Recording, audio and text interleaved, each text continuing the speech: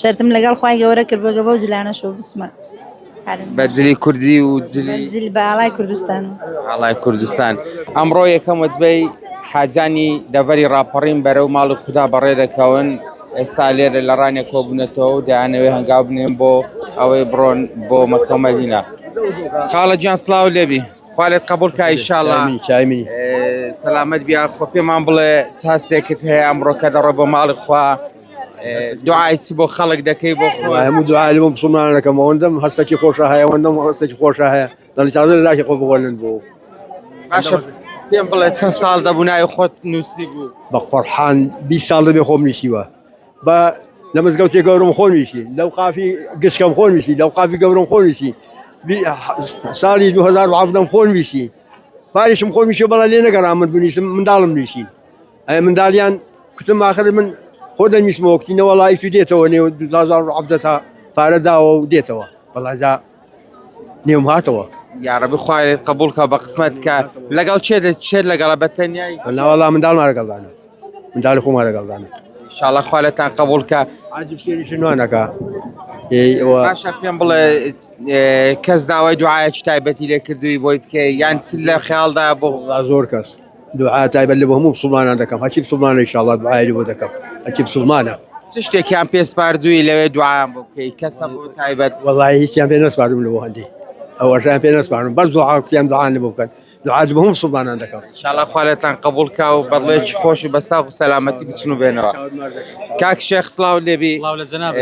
ئەمڕۆ چەند حاجی لە دەبەری ڕاپەڕین بەرەو ماڵی خودا بەڕێ دەکەوی بە چەند وەجبە دەڕۆن لێرە بەناوی خوای گەورە میهرەبان ئەمڕۆ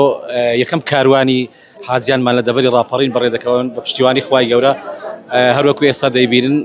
147 حاجیمان ئێستا دەڕۆن 147 تریژمان دوانی وڕۆکە ئینشاڵڵا ئەمڕۆ هەموویان دەڕۆن بەیانی دو حاجیمان دەڕوا لە سنووری ئیداری ڕاپەڕین کە ژمارەیان 360 حاجیە کۆی حاجیەکانمان هەموو ئاسانکاریەکتان بۆ کردوون سپاس بەخوای گەورە هەموو ئاسانکاریەکمان بۆ کردوون ئەو خۆتان دەبینن کە پاسمان بۆ دابی کردوونە تاوەکو فڕۆکەخای نێودەوڵەتی جەلال تاڵەبانی لە سلێمانی لێرەوە پاس دەچن و لەوێشەوە بە فڕۆکە سەفەر دەکەن کە پێشتر قەرار وا بوو بە پاس سەفەر بکەن لەبەر ئەو بارودۆخە ناهەموارێک کە لە ناوچەکەدا هەبوو بەڵام وەزعەکە گۆڕا و ئێستا سپاس بەخوا کە بە فڕۆکە سەفەر دەکەن زۆربیان بە خێزانی دەچنیان هەیە بە تاک داڕوان چۆنە وەڵا ئێمە چەند جۆرێکمان هەیە هەمانە پیاو بەتەنها ئافرەت بەتەنها و دوانیمان هەیە ژن و پیا و سیانیشمان هەیە لەگەڵ خەسووی ناوی دەرچۆ و دایچێتی یان لەگەڵ خوشکێتی ئەسەکان خۆش ئینشاڵڵا خوای گەورە لیان قبوڵ بکە زۆر سپاس دەکەم باچمە لای ئەو ئەوە ئاخر ماڵاوایە لێیان دەکرێت ئینشاڵڵا سەفەری خێرت بێ چ هەستێکت هەیە کە ئەمڕۆ ئینشاڵڵا زۆر هەستم خۆشە پێم بڵێ چەند ساڵە خۆت نووسیوە لەوێ دەتەوێت دوعا بۆ چێ بکەیت وەڵا 3 ساڵە خۆم نووسیوە ناوم ناتەوە بەس پار خۆم نووسی ناوماتەوە شەرتم لەگەڵ خوای گەورە کرد بۆ گەبە و جلانەشەوە بسمە بەجلی کوردی و جلی زل بە ئاڵای کوردستان ئاڵای کوردستان دوعای خێر بۆ نەتەوەی کورد ئینشاڵڵا بۆ هەموو مسلمانێکی بۆ نەتەوەی کورد بە تایبەتی بۆ کوردستانی خۆمان ئینشاڵڵا کەسە بۆ داوای لێکردبی کە دوعایەکی تایبەتی بۆ بکەیت بەڵێ چی بۆ دوعاکان وەڵی دوعاکانیان زۆر هیواتیان بۆ هیوا ئاواتیان بێتە دی دوعا بۆ هەمووان دەکەیت کە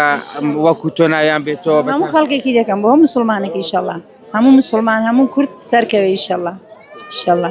ئەگەر ئەو نەهامەتیمان لەدەست لاچێ و خۆشی بەسەرماندا بڕژێ ئینشاڵڵا چێ هەواڵی پێدای کە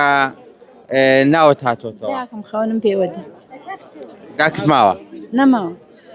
لە خەون قرار کوتی خۆمە نووسە ناوت ناتەوە بەس ئەو ساڵ